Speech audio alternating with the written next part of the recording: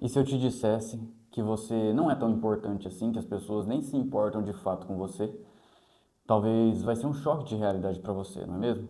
Mas fato é que provavelmente você já viu aqueles vídeos onde o cara começa a deitar no meio da rua, no meio de um monte de pessoas, ou fazer alguma graça. Lá as pessoas simplesmente olham e falam, nossa, que cara louco, né? E essa pessoa vai passar pelo dia deles ali, vai ser uma memória de curta duração e pronto, acabou. Vai lembrar ali por 5, 10 minutos e acabou. Ele não vai ser uma pessoa relevante. Como você também não é relevante para as outras pessoas. As pessoas que mais se importam com você de fato são os seus pais, sua esposa, seu marido e, enfim, você não é tão importante assim. Então, às vezes a gente fica com medo de, de fazer as coisas que a gente tem vontade de fazer por medo de críticas, ou por medo de, e se eu errar, e se, se acontecer isso, se eu não souber falar, ou se eu, enfim, tudo que eu fizer vai ficar achando que as pessoas vão ficar te criticando, ou que vão dar risada de você. Fato é que talvez deem risada mesmo ali naquele momento, mas depois passou alguns minutinhos, eles já esqueceram de você, e isso não vai ter relevância nenhuma, você vai ficar carregando isso daí na sua cabeça, porque as pessoas já esqueceram desse assunto, tá? Então você não é tão importante assim, tá? Então, prepara seu cafezinho proibido aí para a gente trocar uma ideia sobre esse assunto.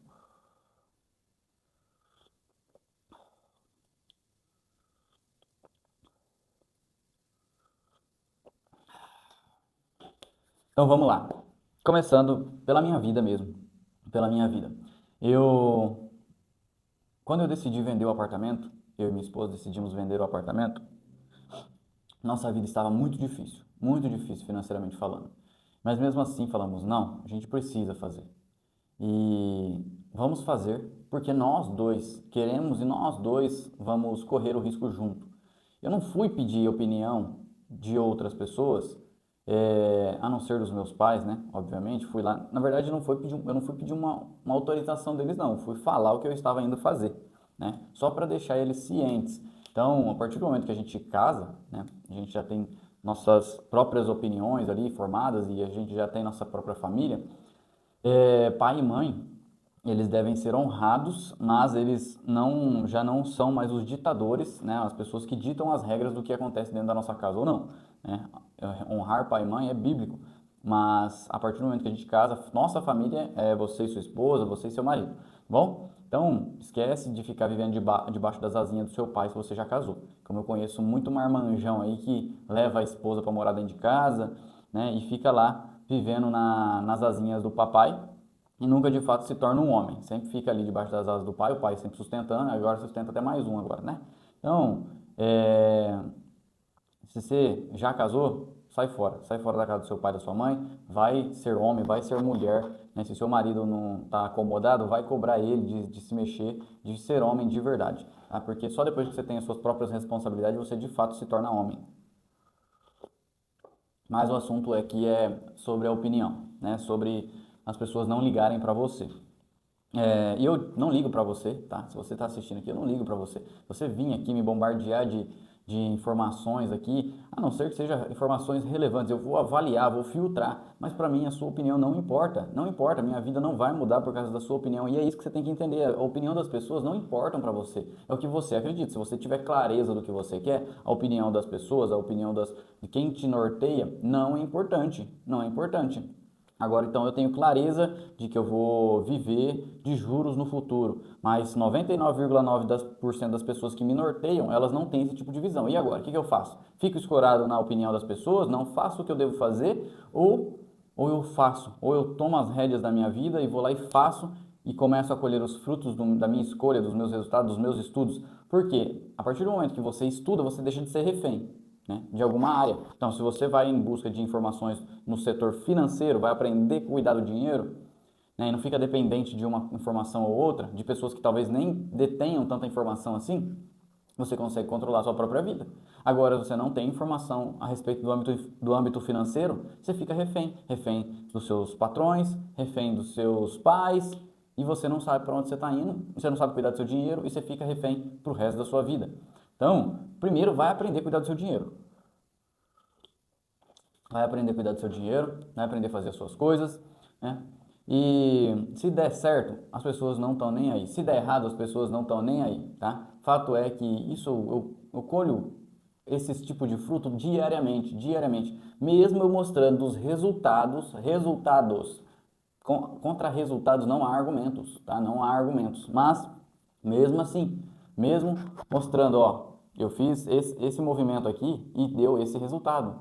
Aí a pessoa, ah, mas será? Ah, mas será? Eu falei, cara, eu não sei você, eu tô falando o que eu fiz, o que foi benéfico para mim. Para você, se você não tiver a mesma visão, eu nem indico que você faça as mesmas coisas que eu fiz, porque cada um tá indo para um lado na vida.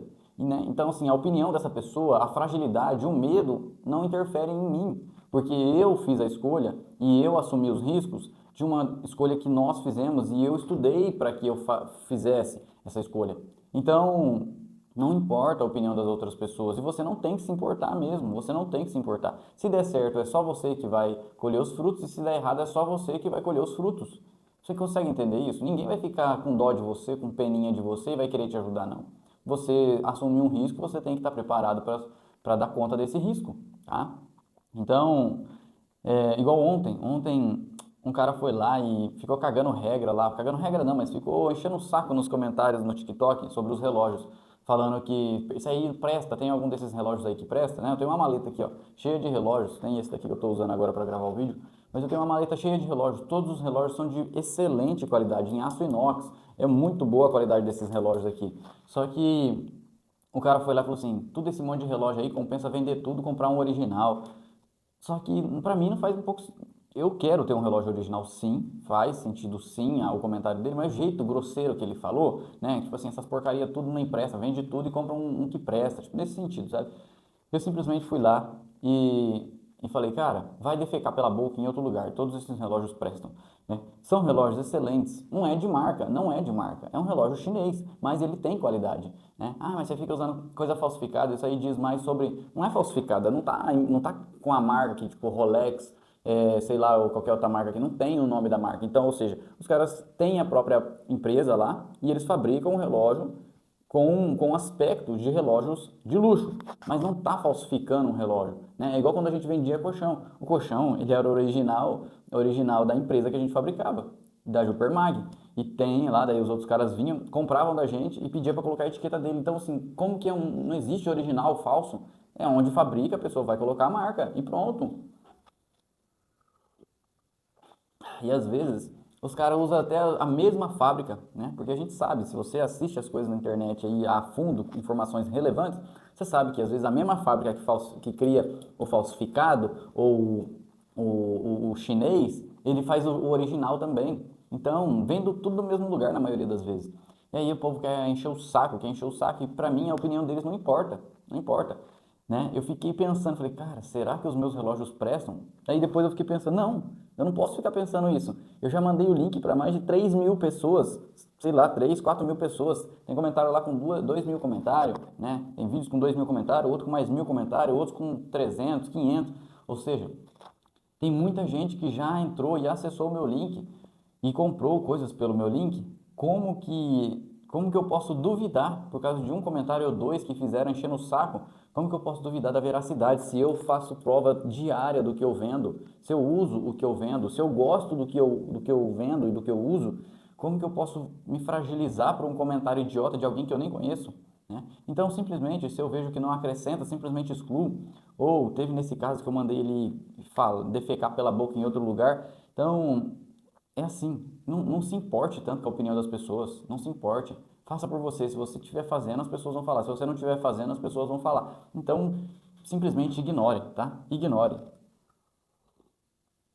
O problema é que a gente quer mostrar, quer estar certo a todo momento, né? A gente tem medo de errar, a gente tem medo de que as pessoas falem da gente. E no final das contas, quem vai morrer, a gente vai morrer sozinho, né? Vai morrer sozinho. E, e ninguém tá importando tanto assim, não. Ninguém dá tanta importância assim, não. Se você fizer, as pessoas vão falar. Se não fizer, vão falar. Então, faça, veja o que você quer para sua vida, defina algo, tenha um propósito. A gente fala tanto, você vê tantas pessoas falando de ter propósito. É muito difícil achar o propósito, é muito difícil, mas procure. Vasculhe qual é o seu propósito. Qual é o seu propósito? O que você gosta de fazer? A maioria das pessoas aqui já tem 25 mais aqui que me assistem. Cara, se você não encontrou o que você gosta de fazer e diversificar a forma de ganhos, mesmo que você não encontrou ainda a forma do que você quer fazer pro resto da sua vida, entre aspas, né?